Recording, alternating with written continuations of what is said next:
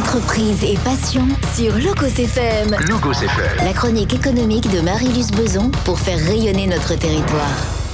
Merci d'être fidèle à Logos FM une nouvelle fois pour cette émission Entreprise et passion avec aujourd'hui un invité lointain, va-t-on dire, Stéphane Copé. Bonjour.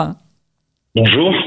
Stéphane, vous êtes exceptionnellement au téléphone avec nous puisque vous êtes sur Marseille, mais merci à vous d'avoir accepté de répondre à nos questions, puis surtout d'expliquer aux auditeurs de Logos FM ce qu'est cette association, ce réseau Entrain. Alors, j'aimerais quand même que vous commenciez à nous expliquant un petit peu qui vous êtes, Stéphane Copé, et puis après on va parler de cette association. Qui êtes-vous, Stéphane ? Merci en tout cas pour votre invitation et toutes mes excuses effectivement de ne pas être dans vos locaux. Alors je suis un ingénieur transport qui a travaillé donc dans l'industrie, qui a travaillé en bureau d'études, qui a travaillé également à la SNCF. J'ai eu mon petit parcours d'élu local également et de collaborateur d'élus pour développer notamment le transport régional autour de Toulouse et plus récemment autour de Marseille. Je suis actuellement et depuis plus de 10 ans donc à la tête d'une association d'usagers des transports dans la région, ainsi qu'à la présidence d'une association qui s'appelle Destination Train de Nuit et qui relance, en tout cas qui fait tout pour que soient relancés au maximum les trains de nuit, donc depuis 6 ans, dans toute la France et en particulier dans le Massif central, ce qui sera notre priorité et notre axe fort de développement pour l'année qui vient. Alors vous le savez, le sujet du train sur notre région est un sujet un peu clivant, va-t-on dire, avec les problématiques que nous rencontrons. Qu'est-ce qui, au départ, a nécessité qu'il y ait comme ça des associations qui se créent pour porter quelque chose qui ne devrait pas l'être, qui est la mobilité pour les territoires, la mobilité pour l'ensemble des usagers. Quelle est l'impulsion initiale, Stéphane Copé ? Alors, je crois que l'impulsion initiale, c'est, je dirais, alors, je ne voudrais pas exagérer dans les propos, mais une certaine déliquescence ou en tout cas une diminution de la force du train dans les territoires. Alors d'une manière, on l'a tous compris, très très différente selon les territoires. Et le grand tournant, tout le monde le sait, ça a été les années 80 avec donc la construction des fameuses lignes à grande vitesse, alors qui ont apporté beaucoup en termes de mobilité grande distance, mais qui par l'argent qu'il a fallu trouver pour l'entretien de ces voies s'est traduit par un manque d'entretien du réseau classique et qui a progressivement poussé la SNCF à abandonner la circulation des trains sur un certain nombre de lignes. Alors soit l'abandonner complètement avec la fermeture de certaines lignes, et malheureusement on en connaît beaucoup, soit pénaliser les lignes qui circulent encore, les pénaliser avec d'importants travaux de nuit notamment, mais aussi de jour parfois, et donc avec une qualité de service qui s'est dégradée et qui donc a nécessité que des usagers se mobilisent pour imposer quelque part, ou en tout cas pour tenter de faire pression auprès des ministères, auprès des régions, qui sont devenues autorités organisatrices des trains régionaux dans les années 2000, pour essayer de préserver ou de rétablir des services minimum, et si possible plus que minimum, dans les différents territoires. Alors, dans votre propos, on entend presque en arrière-plan une espèce d'antinomie entre les trains des villes et les trains des champs, c'est ça ? Alors, c'est un peu ça. Si on raisonne Île-de-France, province, on peut effectivement avoir ce sentiment. Si on raisonne province, c'est plus ténu, c'est-à-dire beaucoup de métropoles aujourd'hui sont en demande très forte aussi de trains, c'est-à-dire que les besoins de mobilité sont évidemment à l'échelle de la densité des territoires. Et aujourd'hui, nombre de métropoles se battent pour obtenir des services plus importants. Certaines ont commencé à l'obtenir, à Strasbourg, Bordeaux, D'autres sont encore un peu à la peine, hein, le territoire d'Aix-Marseille en particulier, mais celui évidemment de Clermont-Ferrand aussi. Mais effectivement, ça n'a, je vais pas dire rien à voir, mais en tout cas, c'est aussi c'est une problématique assez différente de celle qu'on rencontre dans le milieu plus rural, où là, bien souvent, on n'en est pas à demander un renforcement des services, on en est tout simplement à demander presque un service minimum quand ce n'est pas simplement le rétablissement des lignes qui ont été fermées antérieurement. On l'a vu et effectivement, vous avez raison, notre territoire auvergnat est très pénalisé, mais que ce soit aussi bien au-delà, toute cette traversée du Massif central où sur ces territoires, il n'y a quasiment pas d'offres parallèles et que ce soit pour des jeunes qui vont venir au lycée de Saint-Chély-d'Apcher ou que ce soit pour des personnes habitant dans le Cantal de venir se faire soigner simplement à Clermont-Ferrand, c'est un vrai périple et tout le monde n'a pas forcément autour de lui quelqu'un qui peut le véhiculer n'importe quand. Alors, cette association que vous présidez, la destination des trains de nuit, qu'est-ce qui vous a amené à vouloir remettre ça en vigueur puisque c'est une déliquescence qui est arrivée au fil des ans? Alors, ce qui nous a amené surtout à nous créer, donc d'abord en 2019, on s'est ensuite recréé sous un petit peu une appellation légèrement différente pour simplement des questions de gouvernance interne en 2022, c'est la disparition en 2017, de la plupart des services de train de nuit. Il ne restait en France en fin 2017 que Paris-Briançon et Paris-Toulouse, Paris-Rodez. Tous les autres services avaient disparu. Il a fallu attendre 2021 pour que se réouvre Paris-Nice, qui est un train qui est plein tous les jours aujourd'hui, et que soit progressivement réouvert donc Paris-Aurillac donc en le week-end, puis désormais tous les jours, Paris-Tarbes également. Et tout ça donc grâce aux pressions qui ont été exercées par deux grands, un collectif qui s'appelle Oui au train de nuit, qui promeut depuis un certain nombre d'années un réseau très dense donc de retour en France, et notre association qui a d'abord essayé de porter l'idée d'un équilibre économique et technique plus judicieux entre des trains de fret et des trains de voyageurs, en se disant que l'équilibre économique qu'on avait avec les trains de fret pouvait trouver, se joindre à la fiabilité des trains de voyageurs. Bon, cette étude n'a pas eu de suite, mais par contre les contacts et le lobbying qu'on a réussi à créer, alors au plan national d'une part et un petit peu au plan international également, a permis de renforcer cette association qui vient d'ailleurs de réunir son assemblée générale à Cahors samedi du week-end dernier, samedi 6 septembre, où un certain nombre de parlementaires étaient présents, d'élus locaux, le vice-président du conseil régional Occitanie et de nombreuses associations évidemment de défense du rail et des usagers. Donc on a bon espoir, on a une rencontre prévue avec les services de l'État donc la semaine prochaine, et un colloque qui est prévu à l'Assemblée nationale le 16 octobre sur le sujet. Alors, c'est pas trop si on pourra le maintenir en fonction évidemment de l'actualité politique du moment. Alors, cette disparition cette disparition des trains de nuit, vous nous dites qu'ils sont tous pleins, donc ce n'est pas un équilibre financier qui contraint cette démarche. Alors il y a deux éléments. Il y a les trains de nuit qui sont pleins. Il s'agit du Paris-Toulouse, du Paris-Nice, du Paris-Briançon une bonne partie de l'année. On est convaincu que si le Paris-Cerbère circulait tous les jours, il serait quasiment plein également. Le Paris-Tarbes a un bon taux de remplissage. Bon, les trains Paris-Rodez et Paris-Aurillac ont un taux légèrement moindre.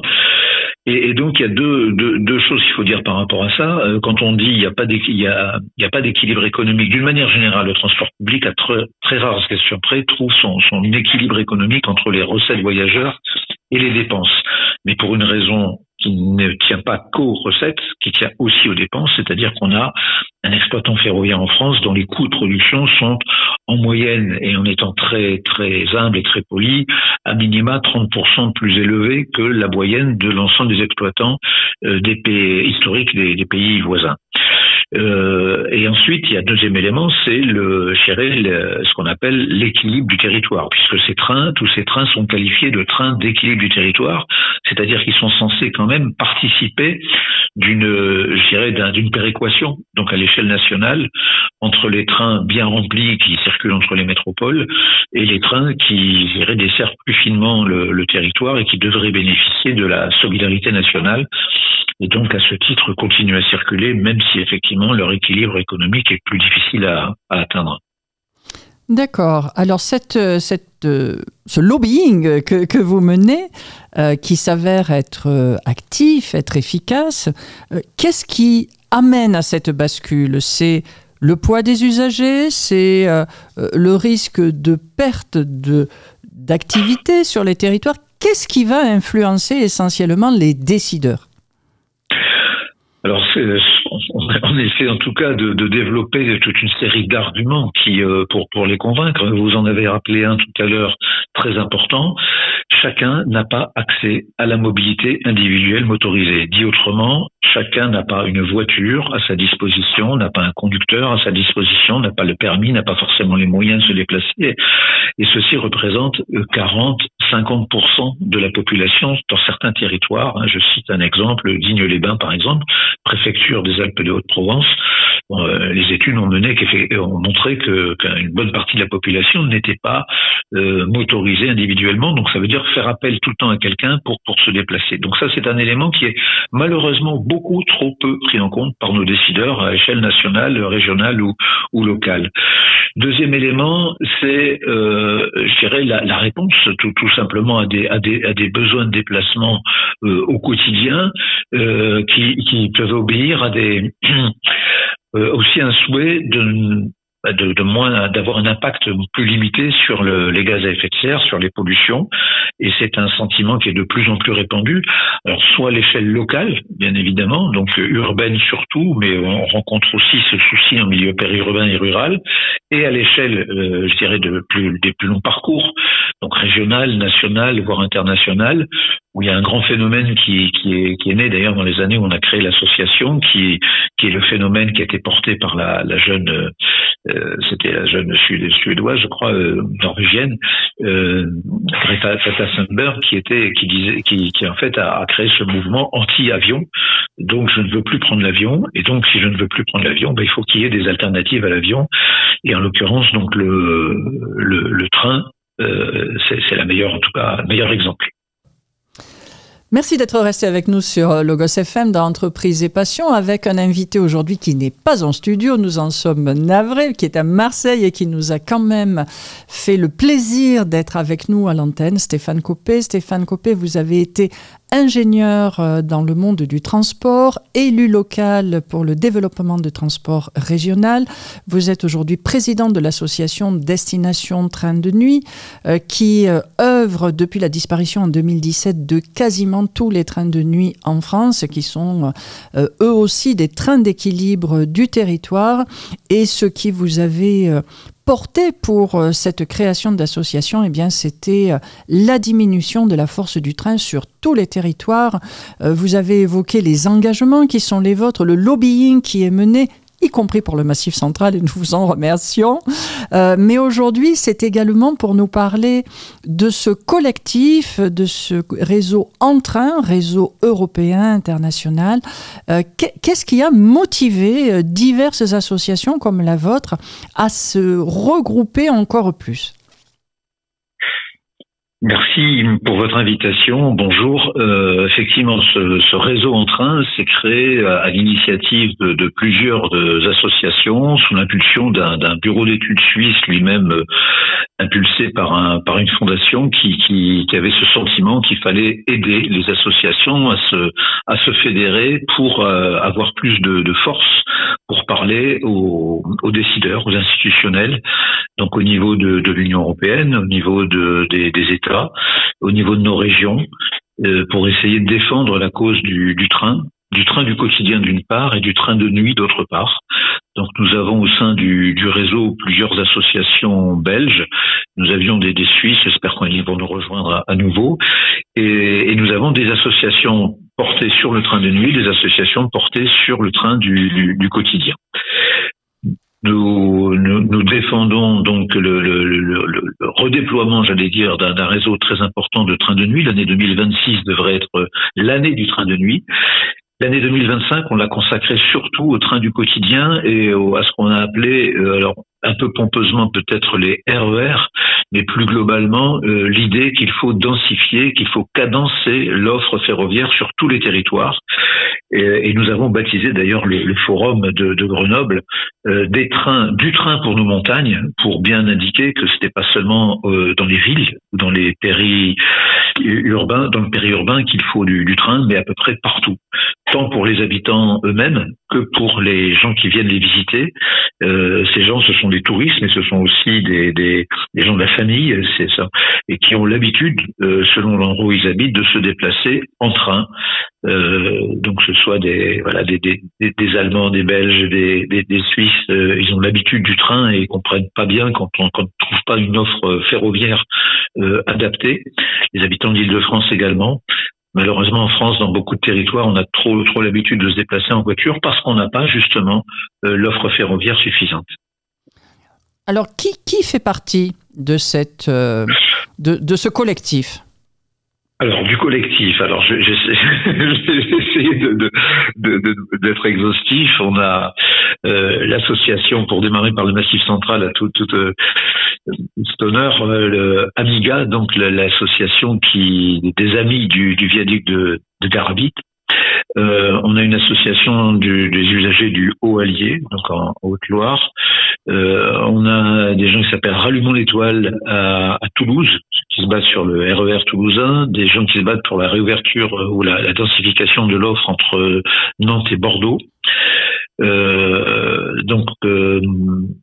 Mon association NoTER PACA qui défend le train régional, donc en région Provence-Côte d'Azur, l'association Destination Train de Nuit que j'ai évoquée, l'association Back on Track Belgium qui est également donc sur cette question du train de nuit, Canopéa en Belgique également.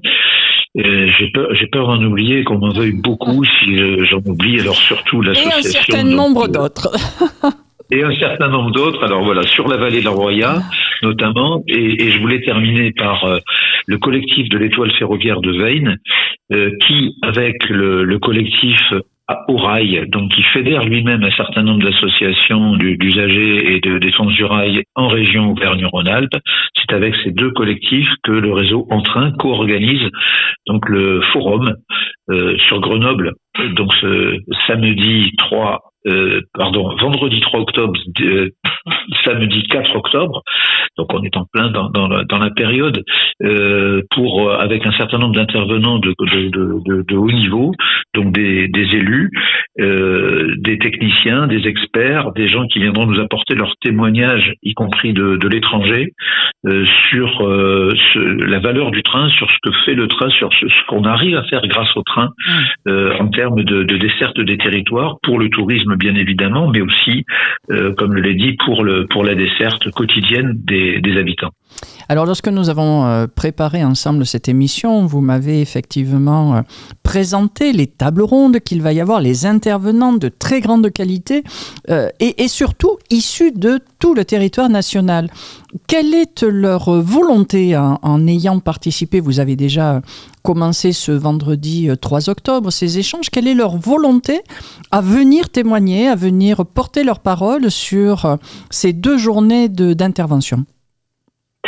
Leur volonté, c'est de montrer l'attachement qui est celui des territoires, qui est celui de leurs responsables, des collectivités, des élus, mais aussi, je n'ai pas cité les syndicats, je n'ai pas cité les grands bureaux d'études, je veux dire nationaux comme le CEREMA, pour dire il y a tout un travail qui est fait au quotidien sur cette question du développement du train, des outils techniques qui sont développés, une mobilisation qui dépasse très largement, je veux dire ce qu'on peut imaginer au départ comme étant simplement, je dirais, un groupe peut-être d'agités, j'allais dire, pour essayer de développer le train, c'est de montrer que la question du train, c'est une question qui mobilise l'ensemble de la population et avec une certaine incompréhension souvent du fait que les choses n'avancent pas assez vite en termes de développement du train. On entend la SNCF se vanter, j'allais dire, d'une augmentation de fréquentation des trains régionaux et des trains de nuit.